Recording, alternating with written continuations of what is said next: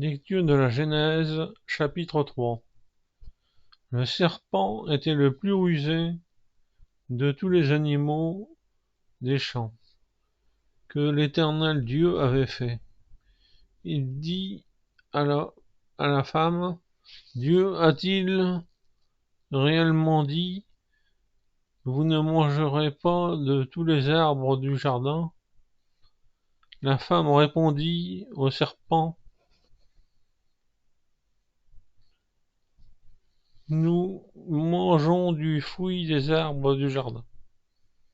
Mais quant au fruit de l'arbre qui est au milieu du jardin, Dieu a dit, vous n'en mangerez point, et vous n'y toucherez point, de peur que vous ne mouriez. Alors le serpent dit à la femme, vous ne mourrez point. Mais Dieu sait que le jour où vous en mangerez, vos yeux s'ouvriront, et que vous serez comme des dieux, connaissant le bien et le mal. La femme vit que l'arbre était bon à manger et agréable à la vue, et qu'il était précieux pour ouvrir l'intelligence. Elle prit de son fruit et en mangea. Elle en donna aussi à son mari, qui était auprès d'elle, et il en mangea. Les yeux de l'un et de l'autre s'ouvrirent. Ils connurent qu'ils étaient nus, et ayant cousu des feuilles de figuier, ils s'en firent des ceintures.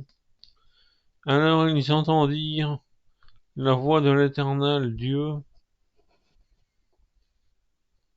qui parcourait le jardin vers le soir, et l'homme et sa femme se cachèrent loin de la face de l'Éternel Dieu, au milieu des arbres du jardin. L'Éternel Dieu appela l'homme et lui dit, où es-tu? Il répondit, j'ai entendu la voix dans le jardin, et j'ai eu peur, parce que je suis nu, et je me suis caché. Et l'Éternel Dieu dit, qui t'a appris que tu es nu?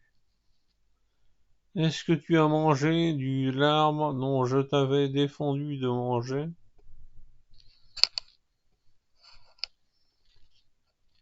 L'homme répondit, la femme que tu as mise auprès de moi m'a donné du fruit de l'arbre, et j'en ai mangé. L'Éternel Dieu dit au serpent, puisque tu as fait tout cela, tu seras maudit entre tout le bétail et entre tous les animaux des champs. Tu marcheras sur ton ventre et tu mangeras de la poussière tous les jours de ta vie.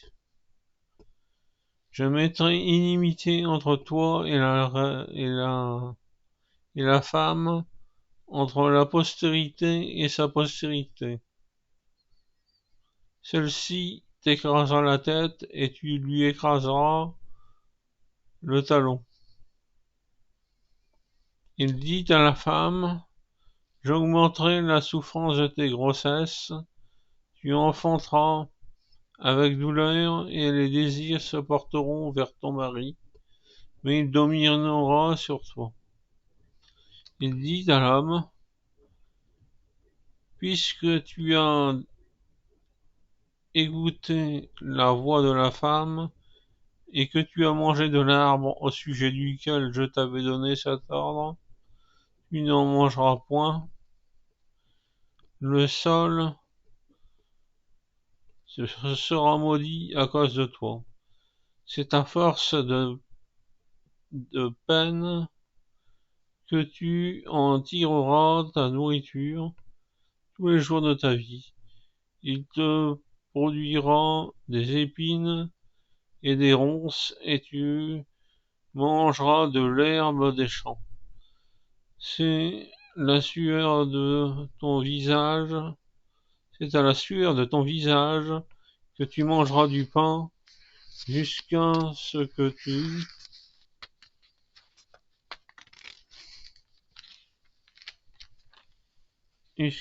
tu retournes dans la terre d'où tu as été pris, car tu es poussière et tu retourneras dans la poussière.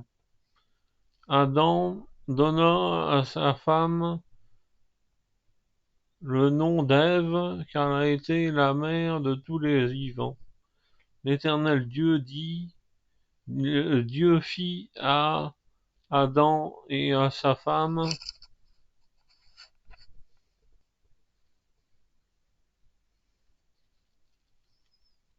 des habits de peau, et il les en revêtit.